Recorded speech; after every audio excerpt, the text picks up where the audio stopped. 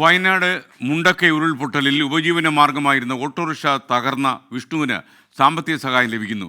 Autorickshaw നന്നാക്കാൻ മലപ്പുറം തിരൂരിലെ Japan square multi brand mobile shop അതിൻ്റെ ഉടമ പണം നൽകുമെന്ന് അറിയുന്നു. വിഷ്ണുവിൻ്റെ സങ്കടം 24 അറിഞ്ഞതിന് ശേഷമാണ് അദ്ദേഹത്തിൻ്റെ സഹായ വാഗ്ദാനം. ആ സ്റ്റോറിയിലേക്ക്.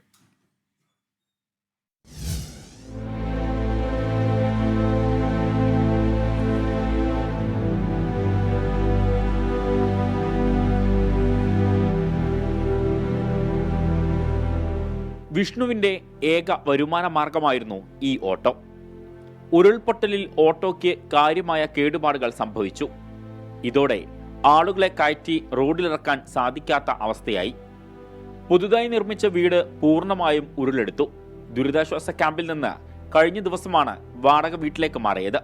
വിഷ്ണുവിൻ്റെയും കുടുംബത്തിൻ്റെയും വാർത്ത 24 സംപ്രേഷണം ചെയ്തതിന് പിന്നാലെയാണ് സഹായഹസ്തവുമായി മലപ്പുറം തിരൂരിലെ Japan square multi branded mobile shop ഉടമ ടി അലി രംഗത്തെത്തിയത്. ഓട്ടോയുടെ അറ്റകുറ്റപ്പണികൾ നടത്താൻ വേണ്ട പണം നൽകാമെന്ന് അലി ഉറപ്പു നൽകി.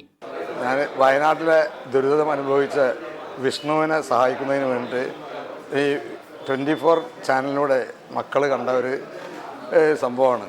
അപ്പോൾ ആ ദുരിത പ്രയാസത്തിൽ നിന്ന് അവൻ രക്ഷപ്പെടുത്താൻ വേണ്ടി അവൻ്റെ ഓട്ടോറിക്ഷ മണ്ണിനടിയിൽ പെട്ട് കിടക്കുന്നതാണ് കാണിച്ചത്. അപ്പോൾ ആ ദുരിതം കണ്ടപ്പോൾ നമ്മളെ മക്കൾ ഇവരെ സഹായിക്കുന്നതിന് വേണ്ടിയിട്ട് ജപ്പാൻ സ്ക്വയറിൻ്റെ ഒരു ഫണ്ട് ഉപയോഗിക്കുക. ആ ഫണ്ട് ഞങ്ങൾ 1-ാം തീയതി തന്നെ അവരെ ഏൽപ്പിക്കും. ആ വണ്ടി ഓടി ആ കുടുംബം രക്ഷപ്പെടട്ടെ എന്ന് പ്രാർത്ഥിക്കുന്നു. സെപ്റ്റംബർ 1 വയനാട് കൽപ്പറ്റ ചന്ദ്രഗിരി ഓഡിറ്റോറിയത്തിൽ നടക്കുന്ന 24ന്റെ എൻ്റെ കുടുംബം വയനാടിനൊപ്പം ചടങ്ങിൽ തുക കൈമാറും. വിഷ്ണുവിൻ്റെ മാതാപിതാക്കൾ പുതുതായി നിർമ്മിച്ച വീട് ഉരുൾപൊട്ടലിൽ പൂർണ്ണമായും തകർന്നു. നിലവിൽ ദുരിതാശ്വാസ ക്യാമ്പിൽ നിന്ന് ഇവർ വാടക വീട്ടിലേക്ക് മാറി. ഷഹദ് റഹ്മാൻ, 24 വയനാട്.